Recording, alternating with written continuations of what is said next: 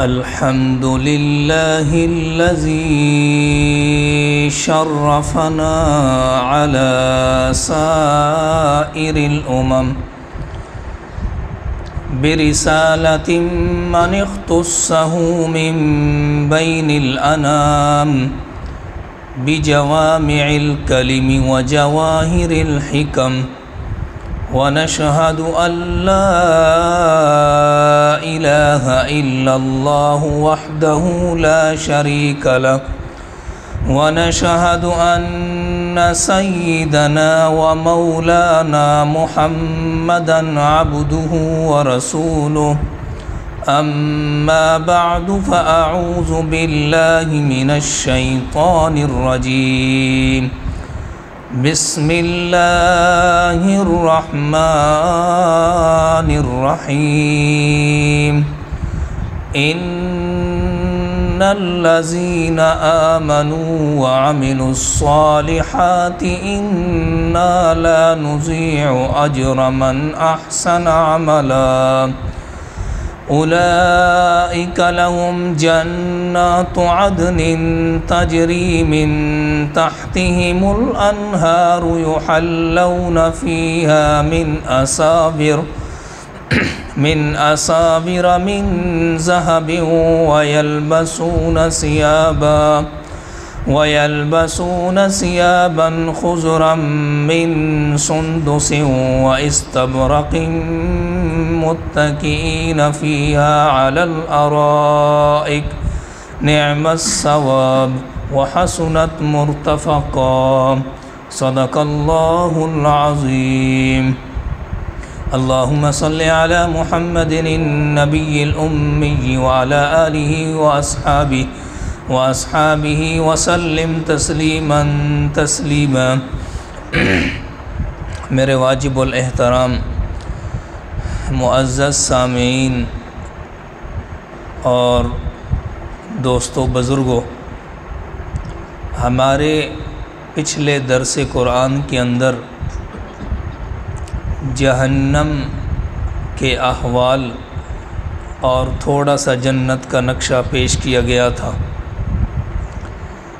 آج کے ہمارے اس درس قرآن کے اندر جنت کن اعمال کی وجہ سے ملے گی، اور اس کے ساتھ دو ایسے شخصوں کا واقعہ قرآن مجید میں جو اللہ نے بیان فرمایا کہ جن میں سے ایک مومن اور دوسرا مشرک، اور مومن اللہ کا شکر گزار بندہ اور کافر ناشکرہ تھا، مشرک ناشکرہ تھا. اس کا اللہ رب العزت نے ہمارے لیے اس واقعے کو بیان فرمایا تاکہ ہم اللہ کی نعمتوں کو حاصل کر کے پھر اس پر اللہ کا شکر ادا کرنے والے بنیں. سب سے پہلی بات کہ جنت کن اعمال کی وجہ سے ملے گی. اللہ رب العزت نے سورہ کہف کی آیت نمبر 20 کے اندر فرمایا ہے کہ ان الذین آمنوا وعملوا الصالحات انا لا نضیع اجر من احسن عملا، کہ اللہ رب العزت اس بندے کے اعمال کو ضائع ہی نہیں فرماتے کہ جس کا عقیدہ درست ہو اور اس کے بعد اس عقیدے کی درستگی کے بعد اس نے اچھے اعمال کیے ہوں. اب اعمال کتنے قسم کے ہیں؟ اعمال سب سے پہلے یہ بات سمجھیں کہ حقوق دو قسم کے ہیں. ایک کا نام حقوق اللہ، دوسرے کا نام حقوق العباد. جنت کا ہم نام تو سنتے ہیں، جنت کی صفات کو تو ہم سنتے ہیں کہ اس کے اندر اللہ رب العزت نے بڑی بڑی نعمتیں رکھی ہیں، لیکن وہ ہمیں ملے گی کیسے؟ وہ اتنی آسان بھی نہیں ہے اور اتنی مشکل بھی نہیں ہے. آسان اس طرح نہیں ہے کہ اگر ہم یہ سمجھیں کہ میں کوئی بھی عمل نہ کروں اور مجھے جنت مل جائے. ہاں اگر اللہ کا فضل ہوا پھر تو جنت مل سکتی ہے، ورنہ اللہ رب العزت کو جو قانون اور اللہ رب العزت کا جو نظم و ضبط ہے وہ یہی ہے کہ جو بندہ اعمال کو پورا کر کے آئے گا پھر اس کو اللہ رب العزت جنت میں داخلہ عطا فرمائیں گے. اب حقوق دو قسم کے، ایک حقوق اللہ اور دوسرا حقوق العباد۔ ہم نے حقوق اللہ کو، جو اس بندے کو نیک سمجھا اور نیک مانا ہے جو حقوق اللہ کو پورا کرنے والا ہے، اور جو حقوق العباد کو پورا کرنے والا ہے ہم اس کو نیک سمجھتے ہی نہیں ہیں۔ مثال کے طور پر ایک شخص ہے کہ وہ نماز پڑھنے والا ہے، 5 وقت کا نمازی ہے، لیکن وہ کیا کرتا ہے؟ لیکن وہ کرتا یہ ہے کہ حقوق العباد میں بہت زیادہ اس کے اندر کمزوری ہے۔ وہ کیا کرتا ہے؟ وہ والدین کا ادب نہیں کرتا، وہ پڑوسیوں کے حقوق ادا نہیں کرتا، وہ رشتہ داروں کے ساتھ اس کے حسن سلوک اچھا نہیں ہے، اور اس کا دوست احباب کے ساتھ اس کے اخلاق اچھے نہیں ہیں۔ وہ رشوت بھی لیتا ہے، وہ سود بھی لیتا ہے، وہ بد زبان بھی ہے، وہ گالم گلوچ بھی دیتا ہے، ہر برا عمل حقوق العباد کے اعتبار سے وہ بہت پیچھے ہے، لیکن وہ نماز پڑھتا ہے، ہم کہتے ہیں یہ بڑا نیک آدمی ہے۔ ہمارے ہاں معاشرے کے اندر اسی کو کہتے ہیں بڑا نیک آدمی ہے جی، 5 وقت نمازی ہے جی، جس وقت دیکھو جی مسجد وچ ہوندا ہے جی، جب دیکھو جی وہ مسجد کے اندر ہوتا ہے۔ ہم اس کو نہیں دیکھتے کہ وہ ہے تو نمازی، لیکن نماز پڑھنے کے ساتھ ساتھ وہ حقوق العباد کو بھی پورا کرتا ہے یا نہیں کرتا ہے۔ اور دوسری ہم دیکھتے ہیں کہ وہ نمازی بھی ہے، وہ روزہ دار بھی ہے، وہ تہجد گزار بھی ہے۔ یہ حقوق العباد نہیں ہے، یہ حقوق اللہ میں ان کا شمار ہوتا ہے۔ اب حقوق اللہ کے اندر کچھ نہ کچھ اعمال یا سارے اعمال پورے کرتا ہے، لیکن حقوق العباد کا اس کے اندر نام و نشان بھی نہیں ہے۔ ہم کہتے ہیں یہ بہت نیک آدمی ہے، بہت نیک آدمی ہے۔ اور ایک شخص ایسا ہے کہ جو نماز نہیں پڑھتا، جو روزہ نہیں رکھتا، جو حج زکوٰۃ ادا نہیں کرتا، لیکن اس کے حقوق العباد یعنی کہ پڑوسیوں کے ساتھ وہ حسن سلوک رکھتا ہے، ماں باپ کا ادب و احترام کرتا ہے، اور اس کے ساتھ ساتھ رشتہ دار، دوست، احباب اور جتنے بھی حقوق العباد میں سے آتے ہیں ان میں سے اکثر کو پورا کرتا ہے۔ ہم کہتے ہیں کہ یہ بے نماز یہ جہنمی ہے۔ ہمارے یہاں فتووں کی مشین بھی تو بڑی آسان چلتی ہے، نماز پڑھتے ہی نہیں ہے، جی مسلمان بھی کوئی نہیں جی، یہ جی روزہ نہیں رکھتا لہٰذا یہ فلاں ہے فلاں ہے فلاں ہے فلاں ہے۔ اب دیکھیں کل قیامت کے دن اللہ رب العزت کے سامنے جب اعمال پیش ہوں گے تو اللہ رب العزت اپنے فضل سے اپنے جو حقوق ہیں وہ تو اللہ معاف فرما دے گا، لیکن جو حقوق العباد ہیں، جو بندوں کے حقوق جو اللہ نے اس کے ذمے لگائے ہیں کہ تو نے یہ لوگوں کے یہ حقوق پورے کرنے، اگر وہ پورے نہیں ہوں گے اللہ تعالیٰ اس وقت تک معاف نہیں فرمائیں گے جب تک وہ بندے اس کو معاف نہیں فرمائیں گے۔ رسول اکرم صلی اللہ علیہ وسلم نے ایک مرتبہ صحابہ سے پوچھا مل مفلس، غریب آدمی کون ہے؟ غریب آدمی۔ صحابہ کہنے لگے یا رسول اللہ جس کے پاس پیسے نہ ہوں۔ ہم بھی ایسی ہوتے ہیں، ہم میں سے کسی سے پوچھے جائے کہ یار غریب بندہ کیڑا ہوتا ہے، ہم کیا کہتے ہیں جی جس کے پاس پیسے نہ ہوں، جس کے پاس کھانے کا کچھ نہ ہو اور پہننے کا کچھ نہ ہو تو وہ غریب آدمی ہے۔ تو صحابہ نے بھی کہا یا رسول اللہ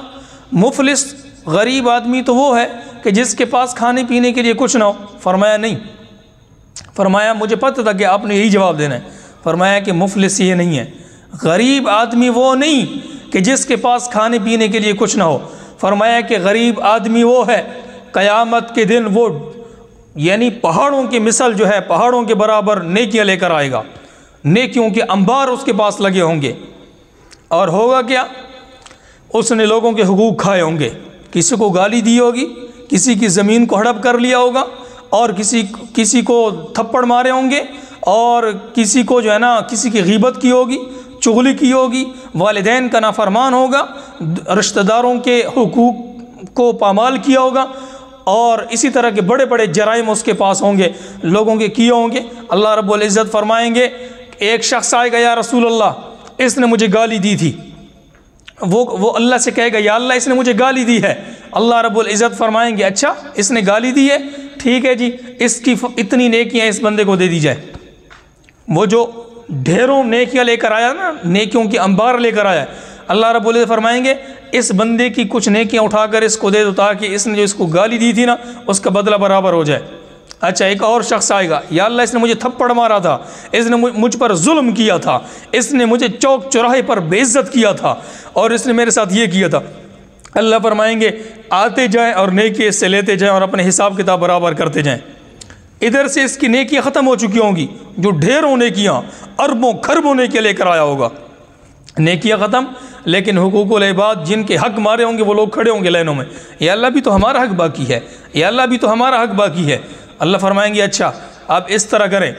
اب اس طرح کریں کہ جو ان لوگوں کے جو گناہ ہیں نا، گناہ اس نے اس کو گالی دی ہے، لہٰذا اس کے گناہ، اس کے پاس نیکی ہے نہیں، اس کے گناہ اٹھا کر اس پر ڈالتے جائیں۔ وہ لوگ جو خربوں اربوں نیکی لے کر آیا تھا، اب اس کے نام اعمال میں ایک نیکی بھی نہیں بچی، اور اب اس دوسرے بندے کے گناہ جس کے اس نے حق مارے ہوں گے اس کے گناہ اس پر ڈالے جائیں گے، یہاں تک کہ جو اس کے مخالفین ہوں گے، جن کے اس نے حق مارے ہوں گے، وہ ختم ہو جائیں گے۔ فرمایا کہ یہ غریب وہ شخص ہوگا کہ جو اربوں خربوں نیکیاں لے کر آئے گا، لیکن قیامت کے دن یعنی کہ یہ خربوں گناہ اپنے سر پر لے کر جہنم میں داخل ہوگا۔ اس بندے نے زندگی میں زنا نہیں کیا،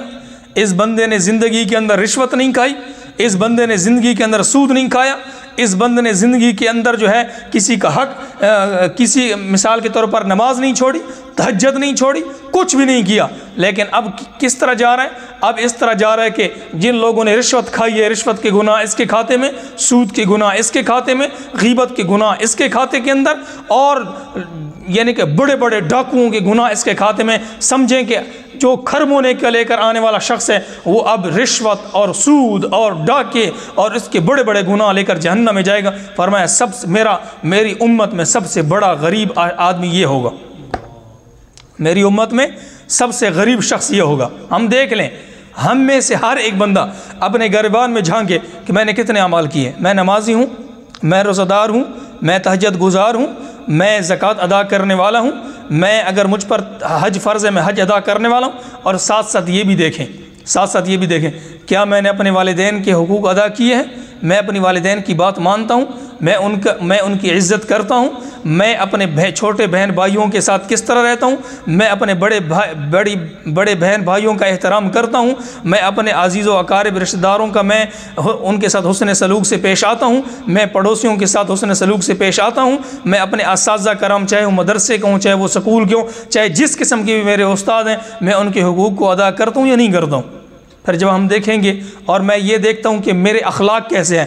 میرا لوگوں کے ساتھ بولنا کس طرح ہے، میرا ان کے ساتھ اٹھنا بیٹھنا کس طرح ہے، پھر جب ہم اپنے اس چیز کو اپنے گریبان میں دیکھیں گے تو ہم صفر نظر آئیں گے۔ ہم کیا آئیں گے جی؟ ہم صفر نظر آئیں گے، ہمارے اخلاق اچھے نہیں ہوں گے۔ وَإِنَّكَ لَعَلَىٰ خُلُقٍ عَظِيمٍ۔ امی عائشہ رضی اللہ تعالی عنہ سے پوچھا گیا کہ اے اماں، رسول اکرم صلی اللہ علیہ وسلم کے اخلاق کیسے؟ فرمایا کہ آپ نے قرآن نہیں پڑھا، پورا کا پورا قرآن رسول اکرم صلی اللہ علیہ وسلم کے اخلاق سے بھرا پڑا ہے۔ وَإِنَّكَ لَعَلَىٰ خُلُقٍ عَظِيمٍ۔ اے نبی جی، اخلاق کا سراپا اخلاق، اور اخلاق پر بس آپ پر ہے، آپ سے بڑھ کر کوئی اخلاق والا دنیا میں اور کوئی نہیں ہے، تو حقوق اللہ، ہم صرف حقوق اللہ کو دین سمجھتے ہیں، حقوق العباد کو ہم نے بالکل پس پش ڈالا ہوا ہے۔ ہمارے معاشرے کے اندر سب سے بڑی کمزوری یہی ہے کہ ہم حقوق اللہ والے کو تو نیک سمجھتے ہیں، لیکن حقوق العباد کو پورا کرنے والے کو نیک سمجھتے ہی نہیں ہیں،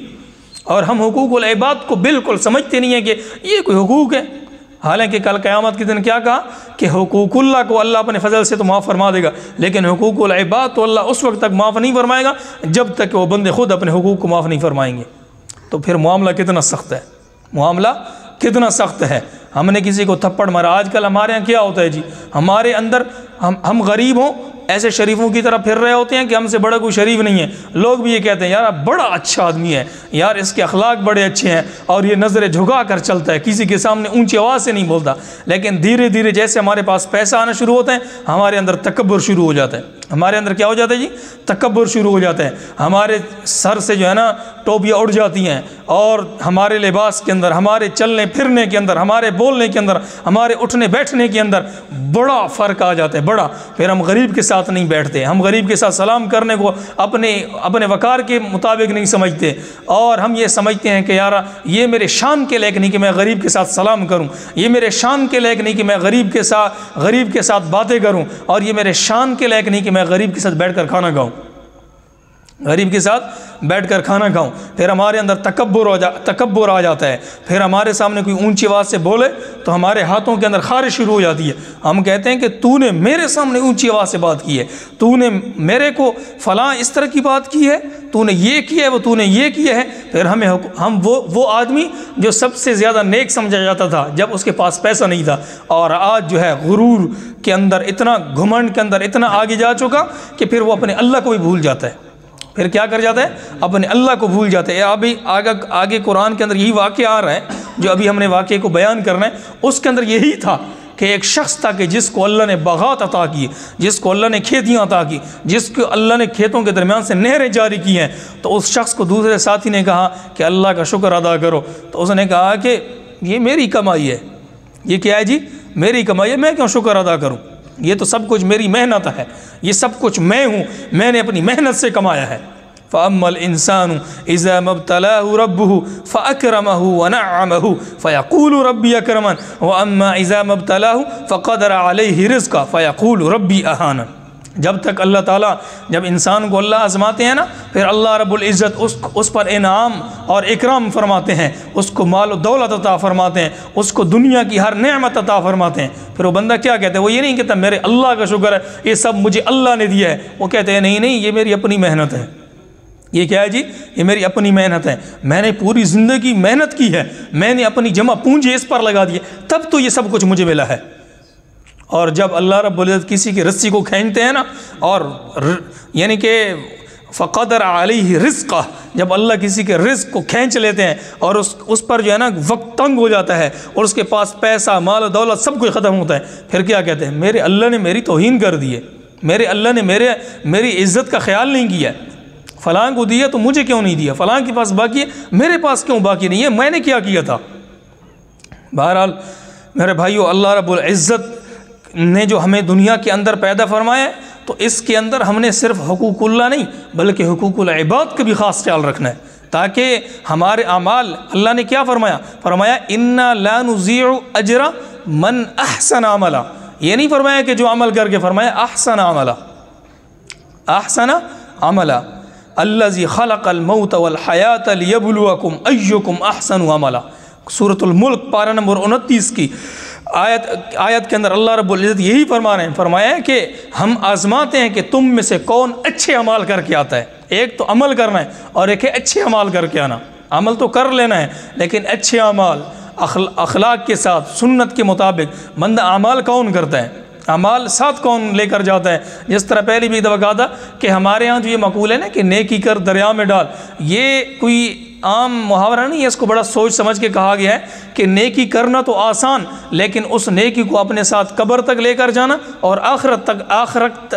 تک لے کر جانا بہت مشکل ہے۔ کیوں؟ ہم دنیا کے اندر نیکیاں تو کر لیتے ہیں لیکن کسی کا حق مار دیا، کسی کو گالیاں دے دی، کسی کو کیا کچھ کر دیا، تو وہ نیکیاں ہماری ختم ہو جاتی ہیں، وہ ہماری نیکیاں ختم ہو جاتی ہیں۔ اس لیے ہم نے حقوق اللہ کا بھی خاص خیال رکھنا ہے، حقوق العباد کا بھی خاص خیال رکھنا ہے۔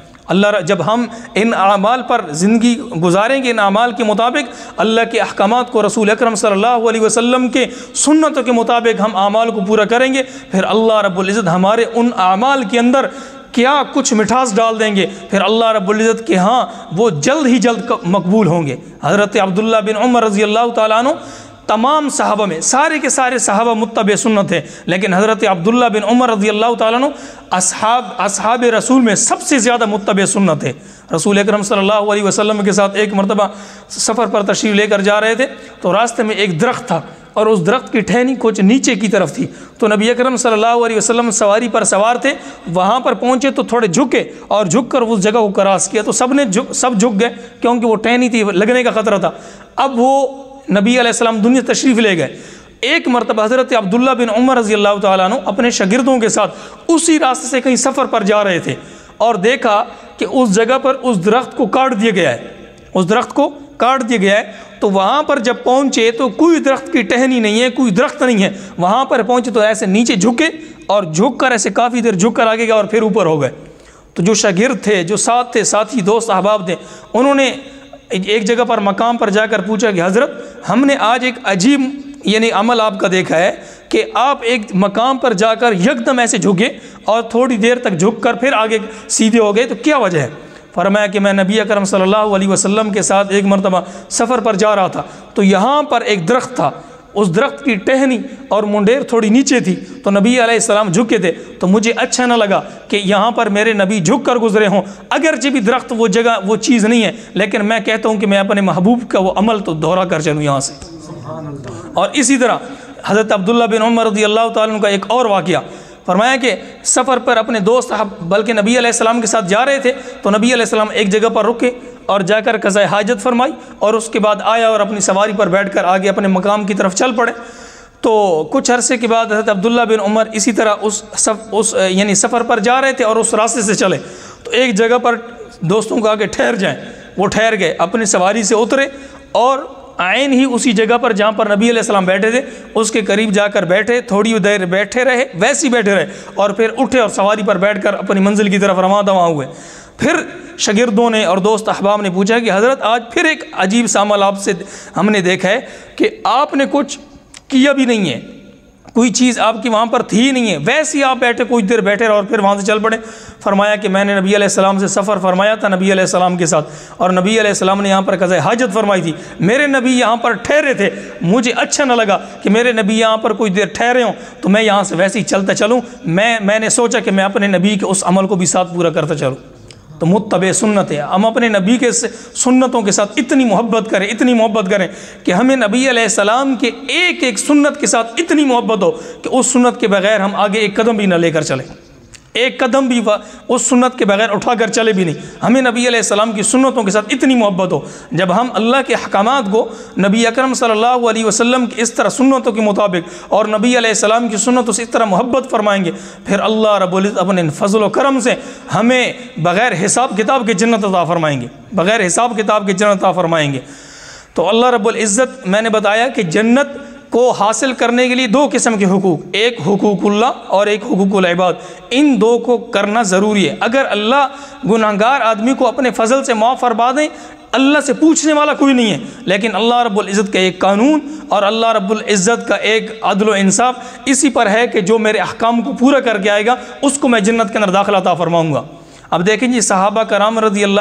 کچھ لوگ کہتے ہیں کہ اللہ غفور الرحیم ذات ہیں تو ہمیں نماز پڑھنے کی ضرورت نہیں ہے، ہمیں روزہ حج زکوٰۃ ادا کرنے کی ضرورت نہیں ہے، ہمیں کچھ بھی کرنے کی ضرورت نہیں ہے، ہم دنیا کے اندر اپنی مستی اور اپنی خواہشات کے مطابق زندگی گزاریں، ہم اپنی دنیا کی زندگی کو گالم گلوچ کے اندر اور گناہوں کے اندر گزاریں، کوئی مسئلہ نہیں ہے۔ اللہ غفور رحیم ذات ہے۔ اللہ نے قرآن کے کئی ایک مقامات پر بارہا فرمایا کہ واللہ غفور الرحیم ان اللہ کان غفور الرحیم، تو اللہ بارہا فرما چکے ہیں کہ میں غفور رحیم ذات ہوں، میں معاف کرنے والا معاف فرما دوں گا، تو لہٰذا ہمیں اعمال کرنے کی ضرورت نہیں ہے، اگر گناہ کرے تو ہمیں پرواہ نہیں ہے، کیوں؟ اللہ غفور رحیم معاف فرما دیں گے۔ دیکھیں یہ باتیں کیا صحابہ کو علم اس کا نہیں تھا؟ جو صحابہ نے نبی علیہ السلام کے ساتھ زندگی گزاری اور وہ قرآن اس وقت اترتا دیکھ رہے تھے، اور نبی علیہ السلام کے قلب اطہر پر قرآن اترتا تھا، جبرائیل علیہ السلام تشریف لاتے تھے، صحابہ نے تو اس دور کے اندر زندگی گزاری، تو جب کفار ان پر ظلم کرتے تھے تو اس وقت چھپا لیتے اپنے ایمان کو، اور اس وقت اتنی سختیاں برداشت نہ کرتے اور کہہ دیتے کہ اللہ غفور رحیم ذات ہے، کون ہی معاف کر دے سی۔ نہیں، اللہ غفور رحیم ذات تو ہے، لیکن اللہ نے اس دنیا کو دارالاسباب بنایا ہے۔ جس طرح ہم یہ کیوں نہیں کہتے کہ یار میں لیٹا رہوں گا، اللہ تو رزاق ذات ہے، اللہ نے تو فرمایا کہ میں رزاق ہوں، میں تمہیں رزق عطا کروں گا، پھر ہمیں یہ کیوں بات نہیں سمجھ آتی کہ میں گھر میں لیٹ جاؤں، کوئی کماؤں بھی نہیں، کچھ بھی نہ کروں، اور اللہ مجھے گھر یہاں پر کھلائیں گے؟ یہ بات تو ہمیں سمجھ نہیں آتی۔ پھر اس وقت ہم ڈائریکٹ کہتے ہیں نہیں، اللہ نے ہمیں پیدا کیا، رزاق تو ہے، لیکن اللہ نے ہمیں اسباب دیے کہ آپ نے یہ کام کرنا ہے، ہلنا چلنا ہے، ہاتھ ہلانے ہیں، پاؤں ہلانے ہیں، پھر اللہ آپ کو رزق عطا کرے گا۔ اپنے پیٹ کی باری آئی تو پھر ہمیں اسباب نظر آتے ہیں، اور لیکن جب جنت کی بات آتی ہے تو ہم کہتے ہیں اللہ غفور رحیم ذات ہے، کون ہی اللہ معاف کر دے سی۔ ایسے نہیں چلتا۔ جب اپنی ذات کے بارے میں ہم اتنے فکر مند ہیں نا، پھر اس آخرت کو بھی دیکھیں۔ اللہ نے دنیا کو جنت کو بھی اسباب کے ساتھ جوڑے کہ اس طرح کے اعمال کر کے آؤ گے پھر آپ کو اللہ جنت عطا فرمائے گا۔ جنت بھی ایک قسم کی نہیں ہے، مختلف اس کی اقسام ہیں۔ کوئی جنت ایسی ہے کہ اس کے اندر ایک چٹیل میدان ہے، جنت صرف چٹیل میدان ہے، اور اس کے اندر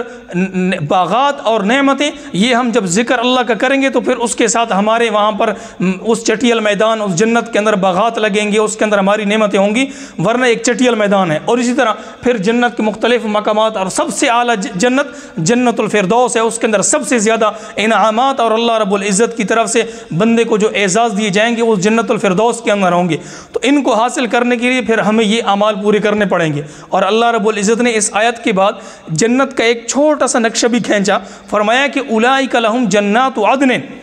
فرمایا کہ جو بندے جس کا عقیدہ درست ہو اور اچھے اعمال کرے، فرمایا کہ اس کے اچھے اعمال کو ہم ضائع نہیں کریں گے۔ پھر کیا کریں گے؟ اللہ فرماتے ہیں کہ پھر اس کے بدلے ہم اس بندے کو لہم جنات، ایسی ہمیشگی والی جنتیں عطا فرمائیں گے، یعنی اس کے ہمیشہ وہ جنت دی جائے گی۔ یہ بات نہیں ہوگی کہ اس کو جنت دی ہے اور بعد کے اندر کبھی کہہ دیا جائے ہوں نکل جی اب یہ جنت آپ کی نہیں رہی۔ جس طرح دنیا کے اندر ایک عام سی بات ہے کہ بعض دفعہ دوست احباب ہوتے ہیں، وہ کیا کر دیتے ہیں، جی میرا مکان فارغ پڑا ہے، آپ یہاں پر آ جائیں، آپ یعنی کہ اس کے اندر ٹھہرے رہیں، آپ سے نہ کوئی اجرت کا مطالبہ ہوگا، آپ سے پیسے نہیں لی جائیں گے، بس آپ میرے دوست ہیں، یہاں پر ٹھہرے رہیں۔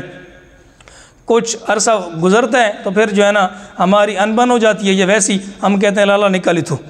بس جی مجھے اب خود ضرورت پڑ گئی ہے، یا ویسے کر کے یہاں سے نکلو۔ تو اللہ رب العزت جب جنت کے اندر جس بندے کو داخل فرمائیں گے نا، پھر ہمیشہ کے لیے وہ جنت کے اندر رہے گا، کبھی جنت سے باہر نکلے گا نہیں، ہمیشہ کے لیے جنت میں جائے گا۔ اللہ رب العزت فرما رہے ہیں اولئک لہم جنات عدن، کہ اس کے اندر یعنی ہمیشہ کے لیے اس کے لیے جنت اللہ رب العزت نے تیار کر رکھی ہے، تجری من تحتہم الانہار، جہاں پر وہ ٹھہرے گا، جہاں پر اس کی رہائش گاہ ہوگی، اس کے نیچے سے اللہ رب العزت یعنی کہ وہاں سے چشمے جاری فرمائیں گے، چشمے جاری چل رہے ہوں گے، پانی کے چشمے، شہد کے چشمے، اور یعنی کہ شراب کے چشمے، نہریں، دودھ کی نہریں وہاں سے جاری ہو رہی ہوں گی۔ اب دنیا کے اندر ہم نے منظر دیکھا ہوگا، دنیا کے اندر کتنا خوبصورت منظر ہوتا ہے کہ بالکل دریا اور سمندر کے کنارے کسی کا گھر ہو، اور سمندر کا وہ پانی اس کی دیوار کو کراس کر کے جا رہا ہوں، اور وہاں پر بیٹھے ہوتے کرسیاں رکھ کر اور اس پانی کے اندر پاؤں مار رہے ہوتے، لوگ کہتے ہیں یار کتنا خوبصورت جگہ پر اس کا گھر ہے جی، ساتھ باغات ہیں، آس پاس جو ہیں وہ درخت پھول وغیرہ ہیں، اور پانی کے ساتھ بالکل کنارے پر اس کا گھر ہے، تو بندے کو کتنا خوب لگتا ہے۔ اور کسی کے گھر یعنی کہ بنایا اور نیچے سے پانی گزر رہا ہو تو بندے کو کیا مزہ آتا ہے۔ اللہ رب العزت جنت کی اس خوبصورتی کو بیان فرما رہے ہیں، فرمایا کہ ان کی رہائش گاہوں کے نیچے سے پانی ایسے چل رہا ہوگا۔ ہمارے ہاں تو یہ پتھر ہے نا جی، ہمیں تو پتہ ہی نہیں چلے گا اگر نیچے سے پانی گزر رہا ہو، نہریں گزر رہی ہوں، تو وہاں جو جنت کے جو پتھر ہوں گے تو وہ ایسے سفید یعنی کہ دودھ کی طرح اور بالکل چمکدار سفید پتھر ہوں گے وہاں پر، اور جنت کے اندر کہ نیچے سے پانی گزرے گا تو شیشے کی طرح وہ پتھر ہوں گے، نیچے سے پانی کی چمک انسان کو نظر آ رہی ہوگی، اور بندہ اس کو دیکھ رہا ہوگا، اور انسان کے دل ٹھاٹے خوشی سے ٹھاٹے مار رہا ہوگا، کیا ہی بات ہے، اللہ نے مجھے ایسی جنت عطا فرمائی ہے۔ فرمایا کہ صرف یہ نہیں کہ وہاں آپ کے رہائش گاہوں کے نیچے سے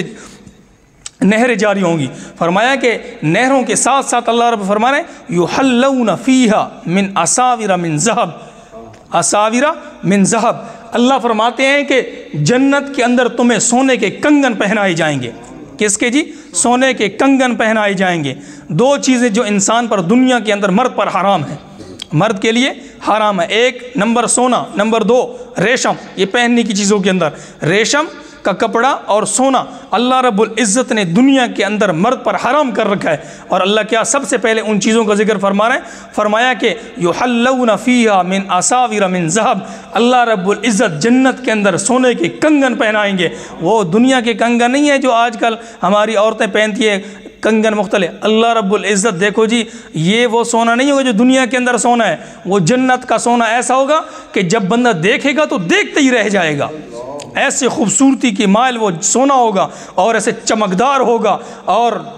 اس انسان کو پہنایا جائے گا۔ اور اللہ فرماتے ہیں وَيَلْبَسُونَ ثِيَابًا خُضْرًا مِّن سُنْدُسٍ وَإِسْتَبْرَقٍ، خضرم سرسبز، من سندس باریک ریشم، وَإِسْتَبْرَقٍ موٹے ریشم کا، یلبسون ثیاباً اللہ رب العزت انسان کو لباس پہنائیں گے، ایسے ریشم سب سے اعلیٰ قسم کا کپڑا الانسان نے پہنا ہوگا۔ دنیا کے اندر اگر کوئی بندہ یعنی کہ جو مولوی حضرات ہوں، اگر وہ ایک قیمتی قسم کا کپڑا پہن لینا تو لوگ کہتے ہیں کہ جی سانو درس دینے نے کہ جی بندہ قناعت نہ زندگی گزارے، اور خود جو ہے نا کہ دیکھو جی ہزاروں کے جوڑے پہن کر پھر رہے ہیں، ہمیں کیا کہتے ہیں اور خود کیا کرتے ہیں جی، ہمیں کیا کہتے ہیں اور خود کیا کرتے ہیں؟ آپ کو یہ معلوم ہونا چاہیے نبی علیہ السلام نے مہنگے سے مہنگا کپڑا بھی پہنا ہے، مہنگے سے مہنگا۔ اکثر نبی علیہ السلام کے کپڑے پہننے کی یاد مبارکہ تھی کہ ہلکا سا کپڑا پہنتے تھے، لیکن نبی علیہ السلام نے اجازت کے لیے، تاکہ یہ جائز ہے پہن سکتے ہیں آپ، قیمتی سے قیمتی کپڑا بھی نبی علیہ السلام نے پہن کر دکھایا تاکہ میری امت اس کو حرام نہ سمجھے، بلکہ اس کا جواز ہے کہ آپ پہن سکتے ہیں۔ تو جو جنت کے اندر جب انسان جائے گا تو اللہ رب العزت اس کو مہنگے سے مہنگا اور خوبصورت ترین اور اعلیٰ قسم کا اور ودیع قسم کا لباس اللہ ریشم کا پہنائے گا، باریک ریشم کا بھی ہوگا اور موٹی ریشم کا بھی ہوگا، اور اس نے پہنا ہوگا۔ اور اس کے بعد کیا ہوگا؟ دیکھو جی، جب بندہ آج کل ہمارے ہاں جو بچیاں یا عورتیں تیار ہوتی ہیں نا، تو کیا چیزیں ہوتی ہیں؟ ایک پاؤڈر وغیرہ لگا لیا، کنگن پہن لیے اور کپڑے پہن لیے، ٹھیک ہے جی، اور اس کے بعد کیا ہوتا ہے جی؟ یہ تیاری ہو گئی۔ اب ان کی چاہت یہ ہوتی ہے کہ جی اعلیٰ سے اعلیٰ کرسی پر بیٹھ جائیں تاکہ ہم لوگوں کو نظر آئیں، تاکہ مطلب عورتوں کو نظر آئے اور وہ ہمیں دیکھیں۔ اور اسی طرح مرد حضرات بھی وہ یہ کہ قیمتی سے قیمتی گھڑی پہن لی، اچھے سے اچھا لباس پہن لیا، اور جو ہے نا تیل وغیرہ لگا کر بندہ یہ چاہتا ہے کہ میں سٹیج پر بیٹھوں یا ایسی جگہ پر بیٹھوں کہ تاکہ پورا مجمع مجھے دیکھے اور اس کو نظر آئے کہ میں نے اعلیٰ قسم کا کپڑا پہنا ہے۔ اسی طرح اللہ نے کنگن پہنا دیں گے، کپڑے پہنا دیں گے ریشم کے، اور پھر اللہ کیا فرما رہے ہیں؟ اس کے بعد فرما رہے ہیں کہ متکئین فیہا علی الارائک، اور اس کے بعد اللہ ان کو تختوں پر بیٹھائیں گے، اور اس تختوں پر ٹیک لگا کر ایسے بیٹھے ہوں گے اور ٹھاٹ کے ساتھ ایسے بیٹھے ہوں گے، اور لوگ ان کو دیکھ رہے ہوں گے کہ جنہوں نے دنیا کے اندر ایسے اعمال نہیں کیے ہوں گے، اور وہ ان کو حسرت اور افسوس کے دیکھ رہے ہوں گے، اور یہ مزے کے ساتھ ٹیک لگا کر بیٹھے ہوں گے۔ اور اللہ رب العزت ان کو فرمائے گا دنیا کے اندر جو تو نے مشکلات کے ساتھ زندگی گزاری، دنیا کے اندر جو تو نے میری منچاہی زندگی گزاری، یعنی رب چاہی زندگی گزاری اور اپنی من چاہی زندگی نہیں گزاری ہے، آج تو اس انعامات کے لائق تھا، تجھے میں نے یہ انعامات دیے۔ اور ان کفار سے کہا جائے گا تم نے اپنی منمانی زندگی گزاری، دیکھو میں نے اپنے بندوں کو کیا سے کیا انعامات عطا کیے ہیں۔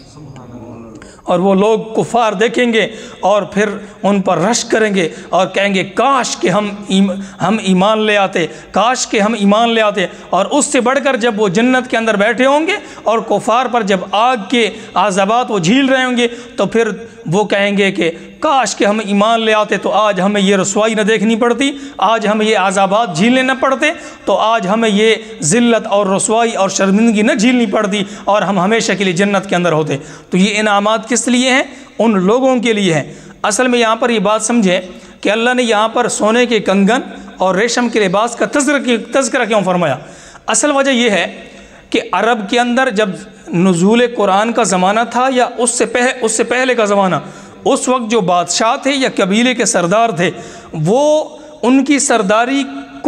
سرداری نمایاں اس بات سے ہوتی اور ان کی بادشاہت نمایاں اس بات سے ہوتی کہ یہ سردار ہے یا یہ بادشاہ ہے۔ ان کی علامت یہ ہوتی وہ سونے کے کنگن اور ریشم کے لباس پہن کر تختوں پر بیٹھے ہوتے، اور لوگ پہچانتے اس بات سے کہ ریشم کا لباس وہ بندہ پہن سکتا ہے جو بادشاہ یا سردار ہوتا ہے قبیلے کا۔ تو اللہ نے فرمایا کہ دنیا کے اندر ان لوگوں نے اپنی سرداری کو اس طرح جگایا، آج میں تمہیں سرداری کا سرٹیفکیٹ اس طرح دیتا ہوں، انہوں نے دنیا کے اندر اپنی سرداری کو آپ کے سامنے اس طرح نمایاں کیا، آج تم جنت کے اندر جنت کے سردار ہو، آؤ تمہیں میں اس طرح کے کنگن اور تمہیں میں اس طرح کے لباس پہناتا ہوں۔ تو جنت کے اندر اس طرح کے لباس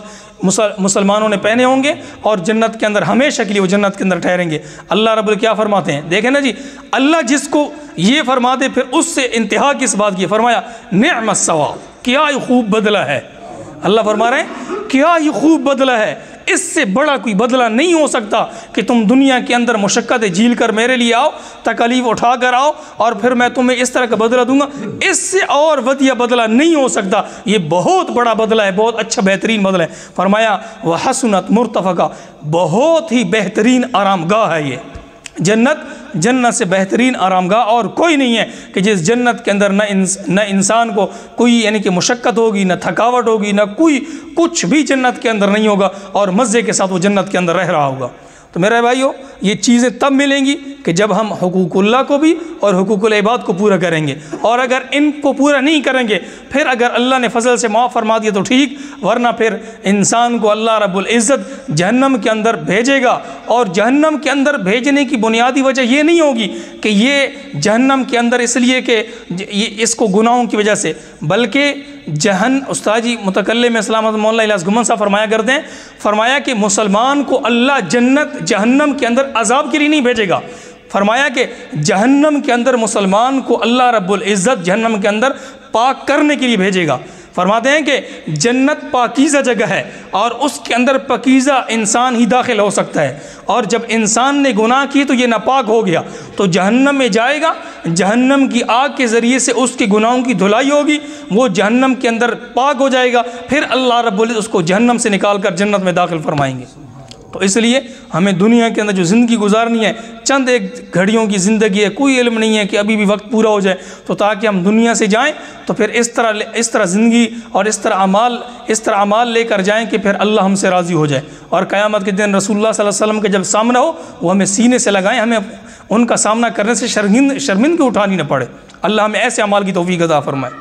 آگے فرمایا وَاضْرِبْ لَهُمْ مَثَلَ الرَّجُلَيْنِ جَعَلْنَا لِأَحَدِهِمَا جنتین من اعناب وحففناہما بنخل وجعلنا بینہما زرعا۔ اللہ رب العزت دو شخصوں کا اللہ رب العزت تذکرہ فرما رہے ہیں کہ ان میں سے ایک مومن اور ایک مشرک، ایک مومن اور ایک مشرک۔ جو مشرک تھا، جو کافر تھا، اللہ رب العزت اس کو اللہ رب العزت نے دو قسم کے باغات، انگوروں کا باغات اور اس انگوروں کی باغات کی حفاظت کے لیے اللہ نے کھجوروں کے درخت اس کے آس پاس لگا دیے تاکہ اس کی حفاظت ہو، اور پھر اللہ نے اس کے نیچے سے نہریں اور چشمے جاری کر دیے تاکہ ہر وقت وہ سیراب ہوتا رہے، اس کو پانی کی کمی بالکل محسوس نہ ہو۔ اللہ نے ایسے یعنی کہ اس کو نعمتیں عطا کی، اور دوسرے اور مال بھی عطا کیا اور اولاد بھی عطا کی، اور جو دوسرا مومن تھا نہ اس کے پاس اتنا مال تھا نہ اتنی اولاد تھی، تو یہ بندہ اس بندے کو ہر وقت یہ کہتا تھا کہ میرے پاس تو مال بھی ہے اور میرے پاس اولاد بھی ہے، تو میں اعلیٰ بندہ ہوں، تو کون سا اعلیٰ بندہ ہے؟ تو